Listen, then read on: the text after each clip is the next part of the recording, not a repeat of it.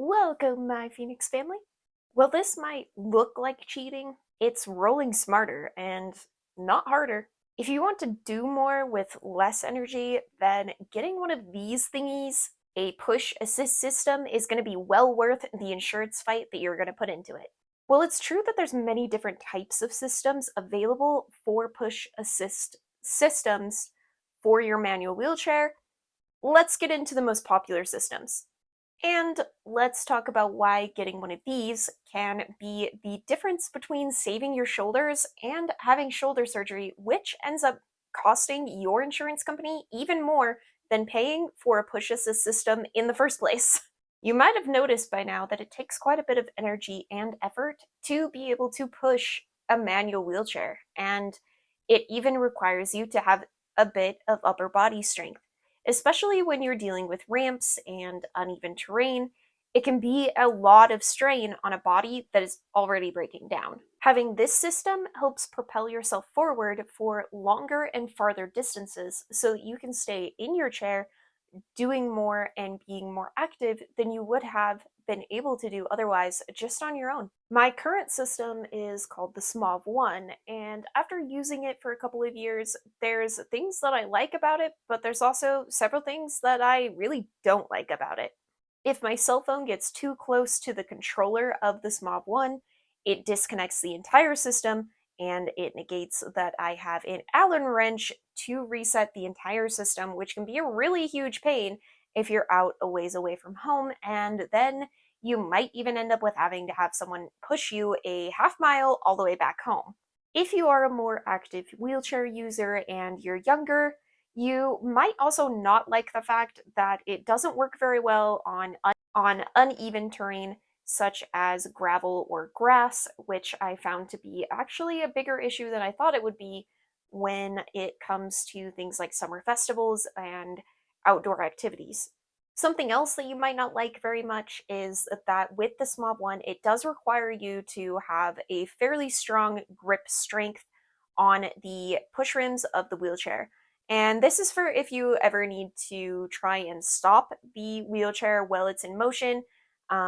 One of the only ways to do that is to either push the button really quickly to put it in a full stop or to grip those push rims really hard in order to force it to stop.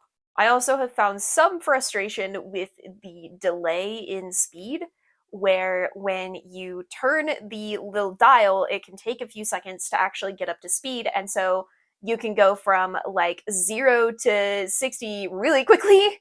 And it has that weird delay where like you think that it's not fast enough and then all of a sudden it goes like zoop and just about runs into people in crowds. Needing to wear wheelchair gloves while using the system, it's not really a like or dislike, it's just kind of something that's there and like meh about it, but honestly, you're probably going to have that issue with several of these systems where you just don't want to be ripping up the skin on your hands, and so that is a thing to be aware of. Okay, so let's talk about the upsides of the SMOV 1. It does have an easy to charge interface, and it does come with several universal chargers. And so even though the company is out of Europe, it's still easy to charge in the US, and the charger is fairly heavy duty. Now, on the downside to that, if you lose your charger or leave it somewhere while you're traveling, yeah, you're probably going to be a little bit out of luck. But it does have an airline compatible battery, and you are allowed to put that in your luggage just like pretty much normal. The only thing is that when you fly, you do need to let people know on the airline, hey, I have a battery for my wheelchair push assist system and it's in my luggage or carry-on. And you don't want to let them put that kind of thing down into the belly of the plane because you need to have that battery temperature controlled. It does have a maximum speed of around 7 miles per hour, which is a decent jogging speed for most people. And with heavy use, the battery will last you for 3 or 4 days. And depending on how much you use it, like for someone like me, the battery can last for up to like a month on a full charge. But again, I typically am not using it every single day with heavy use. If you're looking for something that is somewhat similar to the SMOB 1, I have heard of several people liking the Smart Drive system. It is controlled typically by a button that is mounted to the frame of the wheelchair or by a watch that just kind of looks like a normal smartwatch. Many people do like the tap feature of the smartwatch, though they do say that if the smartwatch is close to dead, you will not be able to use the system, and that's something that people have had issues with. It is also a rear-mounted system that will require you to have a spring-loaded bar, much like the SMOV 1 does require on a folding frame wheelchair. Now, on a rigid frame, you can just get an attachment that goes onto the frame of the chair, and you're pretty much good to go to clip and unclip. I think something I probably wouldn't like remembering is remembering to charge the watch and the system itself. That just seems like a lot that I would have to remember to charge personally, but maybe you're fine with that kind of thing. The Smart Drive does have better features when it comes to trying to turn your wheelchair with it on there, and so it might have an easier time being used indoors, which is the issue that I have with the SMOV 1 right now as well. If you're looking at something that might be an in-wheel system, one of the most popular in-wheel systems is the Albert E Motion. But a downside to these wheels is that it does add weight to your wheelchair when it's all folded up, and it also can add a bit of width to your wheelchair as well.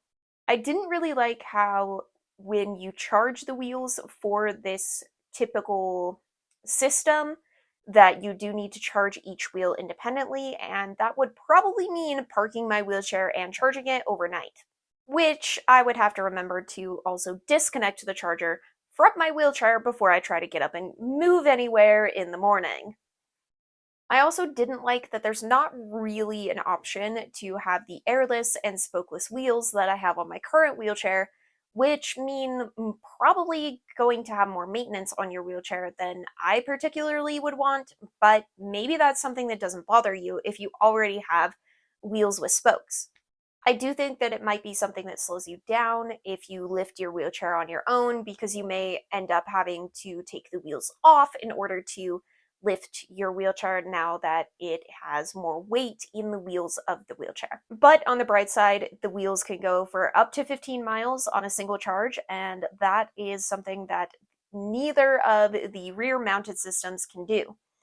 It also might give you more traction because you have more than just the one wheel propelling you forward like you have on rear mounted. When it comes to getting a system for an active wheelchair user, it seems like the Firefly might be the best option. Now, the Firefly attachment is a front-mounted system, so that means that it does have the ability to lift up your casters. And there's advantages and disadvantages of lifting up those casters. Well, the Firefly can't really go on terrain as steep as some of the other systems. It can go faster, but you have the issue of being able to now tip your wheelchair to one side or the other if you take a turn too sharply, because all of your power is now in the front of the wheelchair. But the Firefly system is by far probably the system that costs the least amount of money. And where some of the rear-mounted systems or even the wheel systems struggle on gravel or grass or dirt, the Firefly doesn't have that issue because your casters are now lifted up. But you might find it quite difficult to maneuver in areas indoors because of the fact that now you're adding length to your wheelchair, and it's kind of like having an electric scooter just in front of your wheelchair. The other thing that I found that people may or may not like about the Firefly is having to use the handlebars to control the Firefly instead of having it controlled with your hands, which, yeah, kind of takes away the ability to use your hands if you want to use the Firefly for certain activities. But ultimately, getting a push assist system allows you to do more and be far more active in your wheelchair than you would be able to be all on your own. It also gives you the independence of being able to continue to push your wheelchair without having help, independently, all by yourself, and being able to preserve some of that energy, as well as keep your shoulders from getting really quite sore when you have that manual wheelchair. If you're trying to get insurance to pay for something like this and get a push assist system, it's pretty important that you tell them that, especially if you're young, that having a push assist system is definitely a strong way to save your shoulders from having a bunch of issues later. Now, this is how I was able to get my insurance to pay for my current system. But this argument doesn't really work if you are able to push yourself in a typical wheelchair for long distances. That's actually something that can hurt you rather than help you in your argument for insurance. If you would like to see the next video all about wheelchair skills and how you can learn to have a better life in a wheelchair, click over here, and I'll see you all in the next video.